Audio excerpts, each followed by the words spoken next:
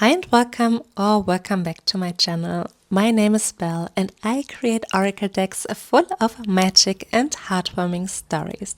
As it has become a lovely little routine, I am bringing you another oracle card today. You can watch me paint it while I chat about the creative process and share updates on this Green Witch oracle deck. Something really fortunate happened this week on Wednesday. Normally I'm busy until 8 o'clock, but all my plans got cancelled at the last minute, leaving me with a rare free evening, perfect timing for a hot summer day. So I grabbed my parents' dog, little cheerful bouncy Rosy, and went on a hike. I brought some footage for this video to invite you into the forest space with me and let you soak in the greens and browns of nature. Not long into the walk, I noticed tiny spider webs along the forest floor and crouched to take a closer look. These holes, surrounded by a finely woven web, looked profoundly intriguing. Instantly, my imagination bloomed. What if I could become very tiny and explore these underground pathways? I pictured myself riding on beetles or even on a spider herself, and I wondered, would the underground spider be friendly or might she consider me a mid-afternoon snack? By letting my mind wander like this, a whole adventure began to form, and I knew it had to become a part of the story for the Green Witch oracle deck. I imagined Frida embarking on this adventure and started thinking about how it could happen and, very importantly, why.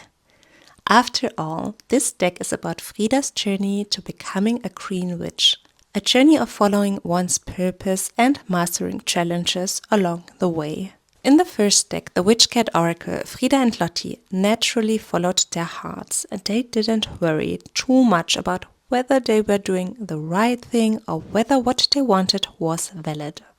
But as they grew into young adulthood, questions about purpose and meaning began to creep in. And this is something I've seen in many Akashic Records readings. What comes most natural as a child can become complicated as we grow older. So here's the rough picture for the storyline in the second deck. Frida senses that something important is missing in her path to becoming a green witch. She knows in her heart that this is her calling, even though her curiosity about the stars and planets might have made her a celestial witch instead. But her deep love for potion making, her gift for intuitively knowing which plants are needed for a remedy, and her way of connecting with nature all guide her toward the Green Witch path. And of course, every hero needs a challenge. Frida's comes in the form of a question. Every true Green Witch she's ever heard of has a special trait that makes her unique. So what is hers and how can she discover it? One late summer night, while gathering herbs that only bloom under the moonlight, Frida encounters a curious little gnome perched atop a sturdy, glowing shelf fungus, waving her over with twinkling eyes. The gnome immediately asks about Frida being the new resident of the dragon's nest because, of course, word travels fast even among forest creatures. He begins to tell her about the most legendary green witch who once protected the land. Did Frida have connections to her? Had she studied under her? This conversation turns Frida's head upside down. She starts to feel unprepared. She's pursued this path mostly on her own. Yeah, sure, Angel gave her a solid foundation, but who could guide her further? And what exactly does it mean to be a green witch? Could she even be a true green witch? The questions swirl in her mind until the gnome drops the crucial hint. The legendary witch has disappeared and no one really knows what happened to her. However, there's still one person left in the area who once was friends with this famous green witch, Theo the soulful vampire and ghost sitter. He becomes the key to conjuring her spirit. Of course, Frida and Lottie try, and on one luminous full moon night, the witch's spirit appears, only to Frida. Their conversation sets Frida on a truly initiatic path, helping her realize that she doesn't need to follow anyone else's footsteps. The rhythm of her heart will always lead her way. Frida faces obstacles, learns and grows, and realizes that life doesn't require choosing between paths. We can combine our many interests, play, discover, create, and have fun along the way. The world needs our gifts, and when we let ourselves shine, we can create something truly special and unique.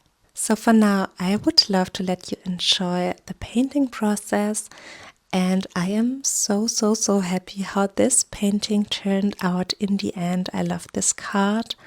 I so much love this free evening on Wednesday because so many parts of the stories came together, so much clicked by this lovely forest hike with Rosy. It was so nice. It was so helpful. It was really needed.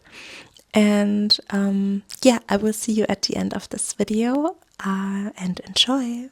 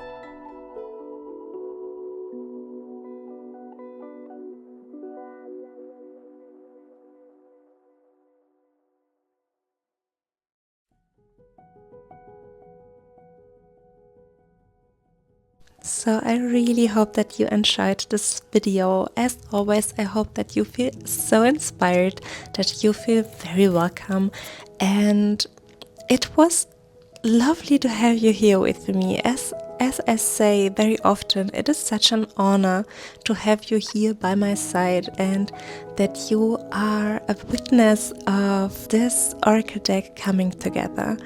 And I would love to hear your thoughts on the painting, on the storyline, on anything regarding this topic and this video. So feel free to comment down below, and I'm signing off now. I'm sending you such happy vibes, such good energy.